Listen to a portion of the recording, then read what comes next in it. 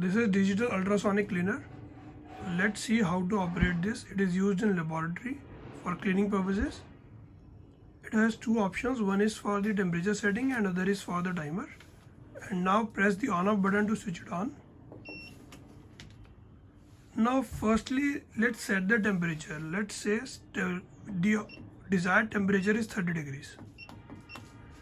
So what it will do, it will switch on the heater and increase the temperature to 30 degrees. And now as there is a setting for timer, we increase the timing for 2 minutes. Starts working.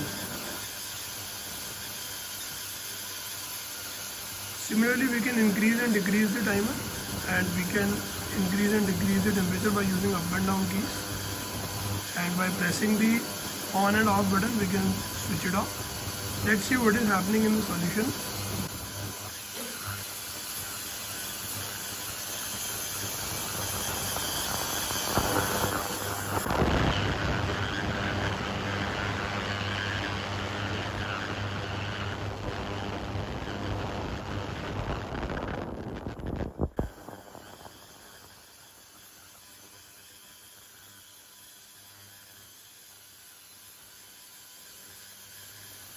Thanks for watching the video. Hope you enjoyed it.